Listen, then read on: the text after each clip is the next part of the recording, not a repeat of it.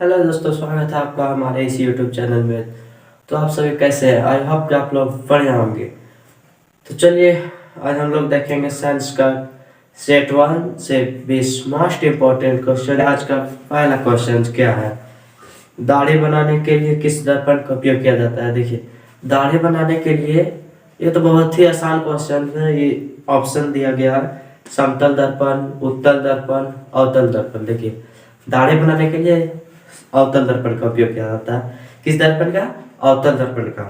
देखिए, दूसरा क्वेश्चन, गोलीय दर्पण में फोकस दूरी एवं वक्रता त्रिज्या के बीच संबंध है। क्या बोल रहा है?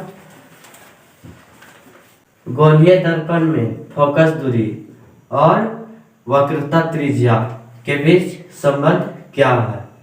तो देखिए, आप जानते होंगे, आप y2 होता है। देखिए, ये होता है फोकस और वक्रता त्रिज्या के बीच संबंध। देखिए, तीसरा क्वेश्चन है, प्रकाश के अपवर्तन की क्रिया में कौन सी भौतिक राशि अपरिवर्तित रहती है? प्रकाश के अपवर्तन की क्रिया में कौन सी भौतिक राशि अपरिवर्तित रहती है?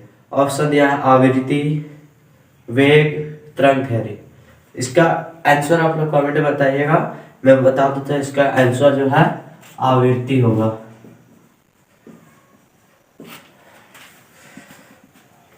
एक चौथा क्वेश्चन, अवतल दर्पण से परावर्तन के बाद किस किरण के किस बिंदु से होकर गुजरेगी? क्या बोला है? देखिए, अवतल दर्पण छाप लेना है।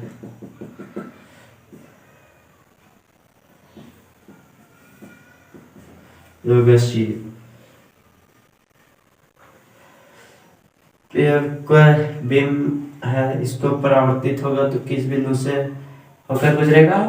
ये एफ से ना गुजरेगा, तो इसका आंसर हो जाएगा एफ, फोकस।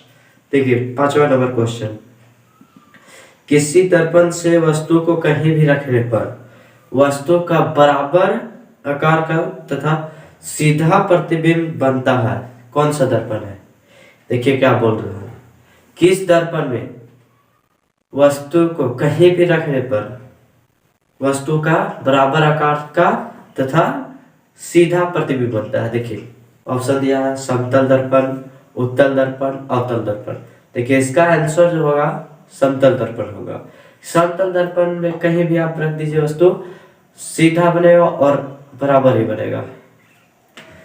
देखते हैं छठा क्वेश्चन, प्रकाश के अपवर्तन के दो नियम है। ये तो पूछ रहा है कि प्रकाश के अपवर्तन के कितने नियम है? दो। देखिए, सातवां क्वेश्चन, किसी गोलीय दर्पण की वक्रता त्रिज्या 50 सेंटीमीटर हो तो फोकस दूरी क्या होगी? देखिए, अभी यही क्वेश्चन है ना, एफ बराबर आर बराबर 50 सेंटीमीटर। तो क्या बोला है? एफ निकाले, तो एफ बराबर क्या है? r/2। तो आर कितना है? 50/2। एफ आ जाएगा 25 सेंटीमीटर। यही है, यही फॉर्मूला, इसी पर बना रहा है।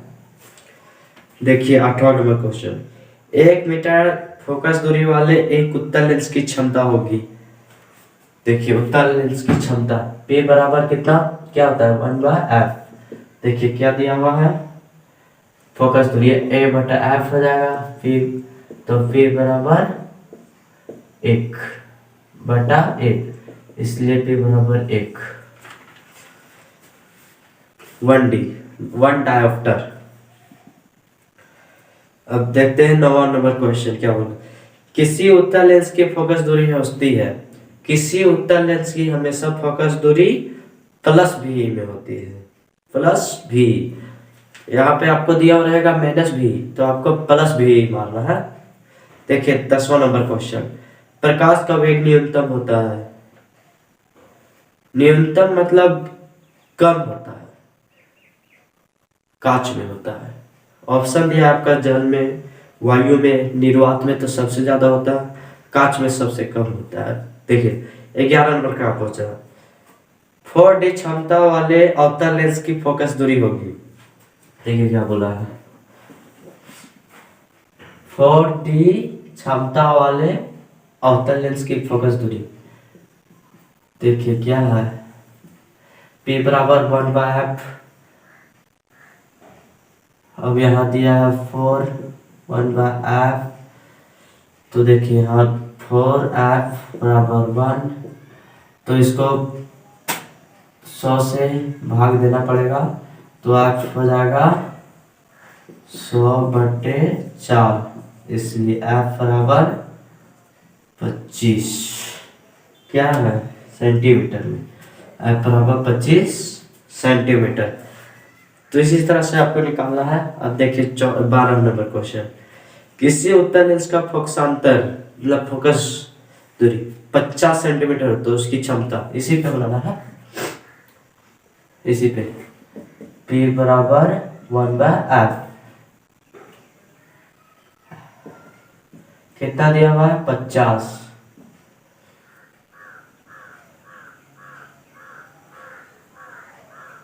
तो देखिए इसको करने के लिए 100 ऊपर लिखना पड़ेगा, भाग देना पड़ेगा, इसलिए लिखिएगा 50 P बराबर 100, इसलिए P बराबर 100/50, 2 P बराबर 2T,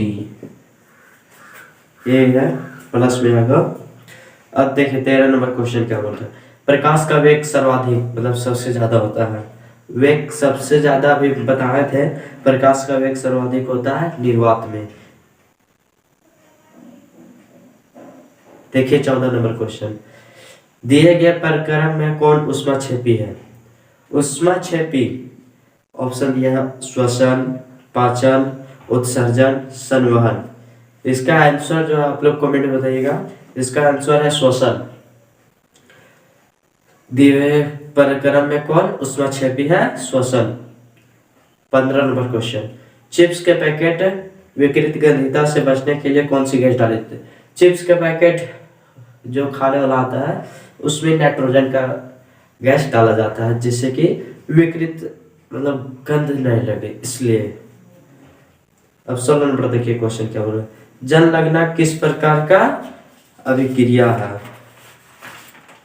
जंग लगना जो है सो संयोजन अभिक्रिया है। देखिए 17 नंबर क्वेश्चन क्या बोल रहा है, दिए गए अभिक्रिया में किस पदार्थ का उपचयन हो रहा है। उपचयन मतलब